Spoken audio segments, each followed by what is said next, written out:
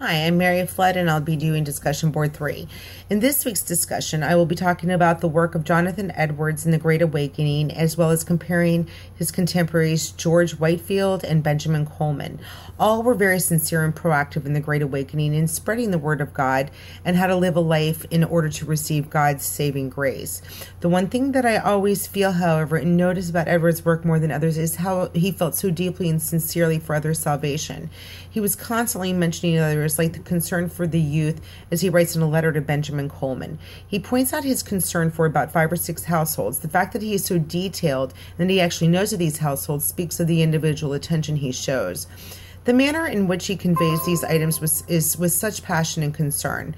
When he tells of a young girl's death, he is so heartfelt in the relief that she was fully converted before her passing.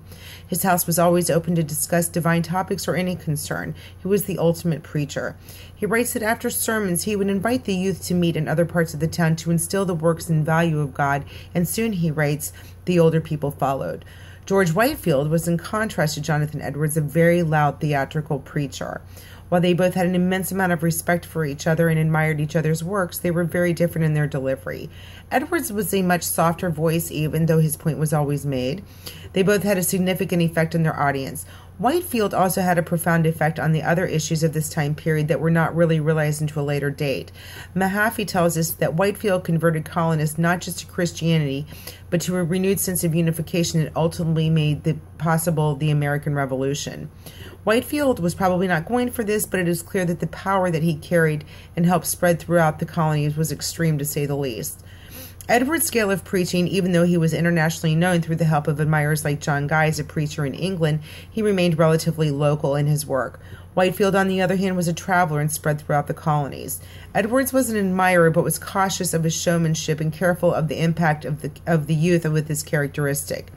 They had both had very different upbringings.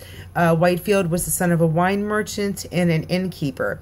He was known to keep bad company at Oxford, and even he felt he needed some religious improvement. He overheard someone saying how good of a person he was, and Joseph Tracy writes that his conscience smote him for not being so good inwardly as outwardly. I want to be clear that I am not undermining in any way Whitefield's love of God and good works. They were just different and developed differently. Edwards, I feel, was disappointed in the fact that they were never extremely close with each other and good friends like Whitefield and Benjamin Franklin.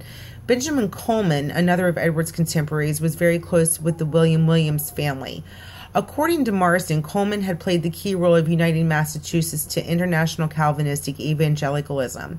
There were negative rumors about the awakenings, and he basically wanted to get the facts straight about what was going on. Coleman's response and views were very influential, and Edwards was concerned about what his opinion would be, knowing how they would affect people. What Edwards and Coleman did share was that New England would be the perfect example of the Great Awakening.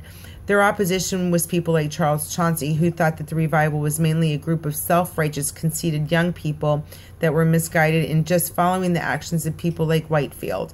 This is where there was a difference in Edwards and Coleman. Coleman was almost like a coordinator or overseer, if you will, trying to keep the ministers and preachers on the up and up. In one incident led by a radical opponent, James Davenport, Coleman's works, along with other revival preachers' works, were ordered to be burned. We are told by C.C. Goen that Benjamin Coleman had prayed fervently for the ministers who had been misled to be righted. Again, this represents Coleman's desire to be aware. Even in Edwards' own words in his letter to Benjamin Coleman, in the first paragraph, Edwards says, "In answer to your desire, I here send you a particular account of the present extraordinary circumstances of this town and the neighboring towns with respect to religion." This also lets us know that Coleman's works in placing the awakening were not just to help spread the revival, but that they wanted to be updated on other towns. Edwards, Whitefield, and Coleman all had sincere missions. They all three were very different with the same message. I do feel that even though all were caring of the salvation of others, none was as deeply and personally involved as Edwards. This man wept for people and felt their pain and joy. I do not feel other preachers can compare to him in this time period, at least none that I have come across yet. Thank you.